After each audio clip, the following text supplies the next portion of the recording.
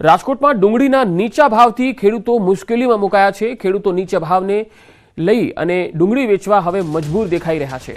હાલ કિલો ડુંગળીના માત્ર 5 રૂપિયા અને 110 રૂપિયા જેટલા પ્રતિ મણે મળી રહ્યા છે, જ્યારે ઊંચો ભાવ 13 રૂપિયે પ્રતિ કિલો એટલે કે પ્રતિ મણે 260 રૂપિયા જેટલો મળી રહ્યો છે। જેટલા નીચા ભાવે અડધી ચા પણ નથી આવી રહી, એટલા નીચા ભાવે જગતનો તાત પોતાનો મહામૂલો પાક વેચવા મજબૂર બન્યો છે।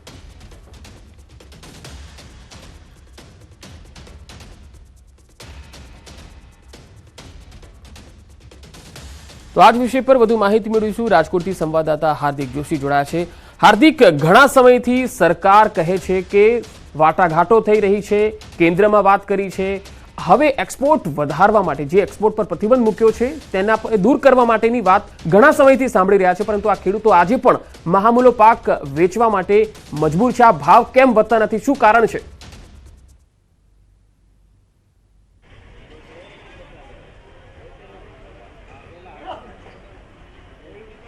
जी हार्दिक, ચોક્કસથી પંકજ, જો વાત કરવામાં આવે રાજકોટની, તો રાજકોટમાં અત્યારે જે છે ખેડૂતો પોતાનો મહામૂલો પાક છે એ નજીવી કિંમતે વેચવા માટે મજબૂર બન્યા છે। 5 રૂપિયા અને 7 રૂપિયા કિલો ડુંગળી વેચવા માટે મજબૂર બન્યા છે। કહી શકાય કે આટલા નીચા ભાવમાં એક બાળકની ચોકલેટ પણ ન આવી શકે તેટલા નીચા ભાવમાં ખેડૂતો જે છે તેમને જે કહી શકાય કે વધુમાં વધુ મહેનત કરી અને જે ઉત્પાદન મેળવેલો પાક હોય છે તે ડુંગળીનો પાક વેચવા માટે મજબૂર બન્યા છે। ખેડૂતોની વ્યથા આપણે ખેડૂતોના મોઢે જ સાંભળશું। શું કહેશો, અત્યારે તમે આટલા નીચા ભાવે જે છે એ ડુંગળી વેચવા માટે મજબૂર બન્યા છો? ભાવ જ નથી તો ગમે રીતે આ માલ રીએ ને વેચવો તો પડે ડુંગળી, સમજી ગયા? તો અહીંયા લઈ આવી તો અહીંયા 200 રૂપિયા આવે ભાવ, તો આમાં મણના 200 રૂપિયા આવે 20 કિલોના, તો આમાં પૈસા તૂટે બરાબર, ઘરના પૈસા નાખવા પડે મજૂરીમાં ને હંધું કરવામાં। બાકી જો તમે કેટલું વાવેતર કર્યું હતું, કેટલી નુકસાની આવી? 15 વીઘાનું અમે વાવેતર કર્યું હતું, ડુંગળી વાવી હતી, તો આથી 200 રૂપિયા બીજા વધારે મળ્યા હોત ને તો એ અમારો નફો હતો બરાબર। આ અમારે પૈસા મળ્યા જ નહીં, આમાં ઘરના ગયા। જે 400 રૂપિયા આસપાસ ડુંગળી વેચાણી હોત ને તો ખેડૂતને એ ઉપરનો નફો મળે એમ। ચોક્કસથી હાલ આપણી સાથે અન્ય ખેડૂત છે, આપણે એમની સાથે વાત કરવાનો પ્રયત્ન કરીશું। શું કહેશો, અત્યારે જે ડુંગળી છે 5 રૂપિયા અને 7 રૂપિયા કિલો એટલા નજીવા ભાવે વેચાય છે, બાળકની ચોકલેટ કરતાં પણ સસ્તા ભાવ તમને મળે છે? નહીં, બહુ ખેડૂત હેરાન છે। આવા 200 રૂપિયા, 10 રૂપિયા, 8 રૂપિયા ભાવે જાય અત્યારના। શું બીટવાનો ખર્ચ ગણવો, શું ભાડું ગણવું, શું પીછી ગણવી, શું ખેડૂતની મહેનત। સરકારે આની સામે જોવું જોઈએ અને પગલાં લઈને સબસિડી આપવી જોઈએ।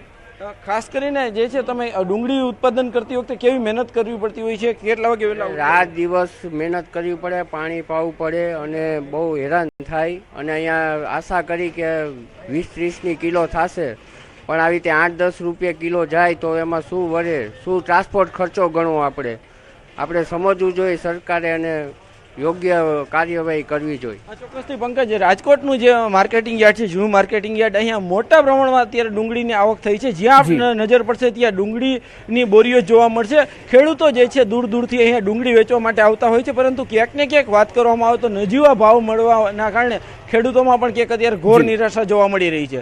જી હાર્દિક, આભાર માહિતી આપવા માટે। તો ડબલ એન્જિનની સરકાર હોવા છતાં 1 મહિના પહેલા ખાતરી અપાઈ હતી, છતાં પણ ખેડૂતો રાતા પાણી રડી રહ્યા છે।